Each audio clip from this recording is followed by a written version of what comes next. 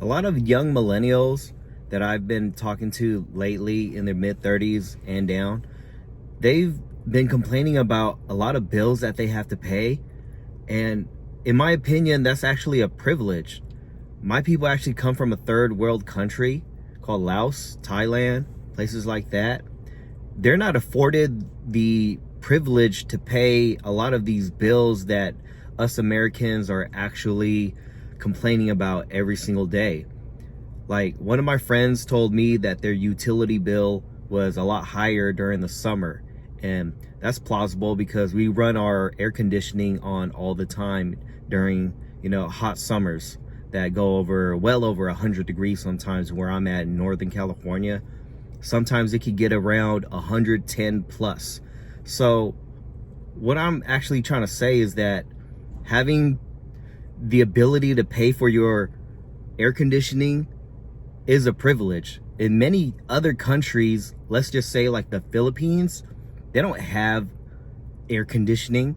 They just have humid, hot summers with bad water. How can anybody in America complain about having to pay for these utilities and other types of bills, their water, electricity, when a lot of other places, they don't have that type of access to these, services provided from our own country through many different providers. There's a lot of other countries out there, third world countries like Laos or the Philippines. They're not afforded so much easy access to utilities and the services that we're provided here on a constant basis in America. So it really kind of irks me sometimes when people complain. Yes, things are a lot more expensive now, inflation and whatnot, and a lot of the materials provided now are, causing a lot of prices to go up in many different industries. But in my opinion, it's very much a privilege to be able to pay your water bill because there's constant water flowing. And most of the time, people can't even turn off your water if you're late on your bill or you haven't paid in a long time. Now, that could get a little dicey in certain situations, but in retrospect, being able to pay for your air conditioning and your water and your heating is very much a privilege in America that a lot of people seem to forget. Think about it. I gotta take a shower every day to go to work, smell good, be sanitized. I do work in a salon / barbershop, so it would really hurt my brain if I came here kind of funky, right? That's one of the great privileges that you have in America that people take for granted all the time. Third world countries like the Philippines, Southeast Asia, have terrible water. They're toxic, there's chemicals, you can't drink it, much less bathe in it. So why do I hear so many people complaining about having to pay for their water bill? It's a constant supply of clean water, especially if you're afforded the ability to buy filters and things like that. Think about it, like 90% of the world doesn't even have that sort of thing. How could you complain so much about it? Now, I understand that the prices are going up, but without that service, your life would be hindered a lot, right? Electricity too for your air conditioning. Like, wow, over here where I'm at, it could be 110 degrees at any given moment. I would hate to work in a very hot office, 100 degrees in there. You're trying to close some deals on the phone and you're sweating bullets. Or if you work in a salon, how would you be able to work and cut people's hair when everybody's sweaty and constantly like musty and stuff? It's very unsanitary, especially in a barbershop environment, which I do work in. A lot of poor countries, they don't even have the infrastructure to handle this billing information. If you don't pay them on a certain time, you're gonna get your stuff cut off very, very quick. At least in America, if you're late, a little delinquent, they're not gonna shut it off until it gets a little egregious, right? That's one of the great things about living in this country, having running water, running electricity, that it's a constant supply and it's a very easy process to pay them on time if you're very responsible like that, which I hope you are. being able to pay your gym membership so you can go get, really nice and toned, so you can go outside, take your shirt off and things like that, show your body. It's a major privilege to have in America. Think about that. Next time you go to the gym and have to pay your membership fee, think of it as nobody else in the world probably has this type of, free access. You can go to any gym that's available to you and pay them. Many other countries probably only have a very select few providers of services, so you are kind of hindered down to a few options, as opposed to in this beautiful country having free access to many different types of service providers.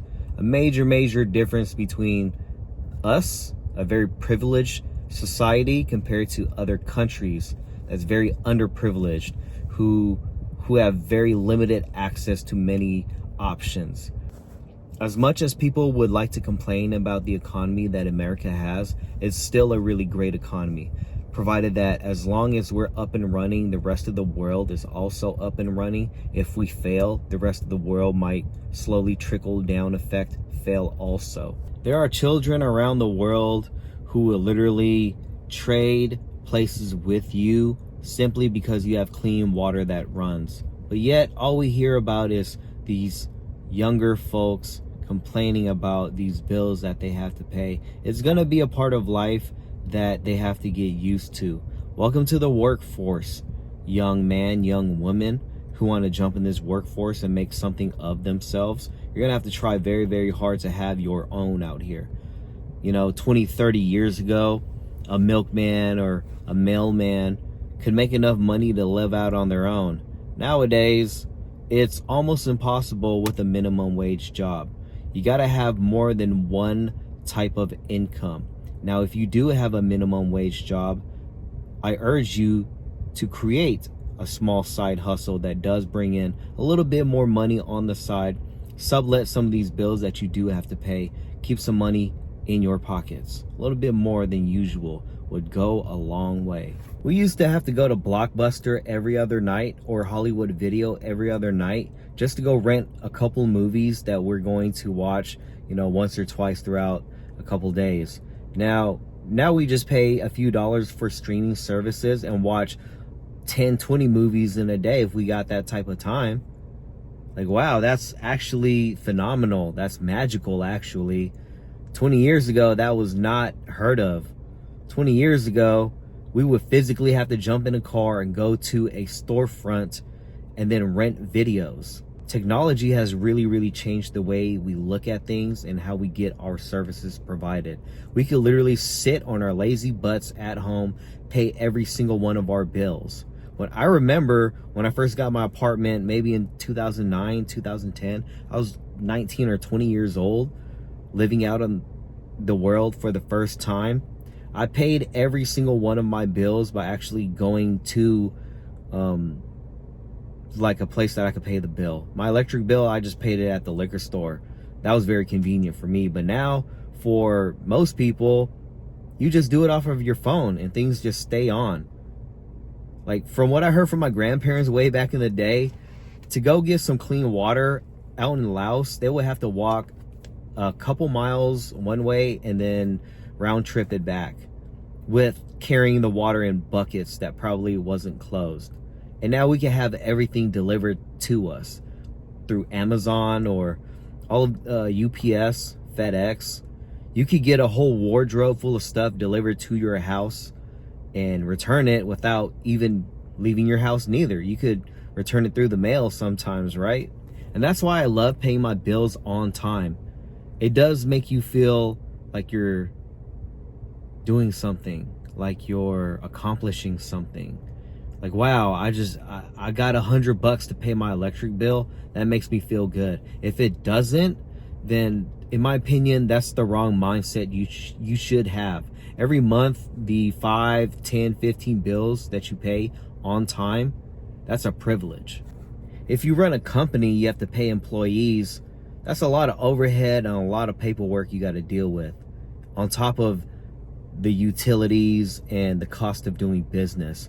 There's hundreds of bills to pay when you run your own business. That's why large companies pay an accountant that does billing. Now, if you don't run your own business with many employees, you have to be the accountant in the billing department yourself.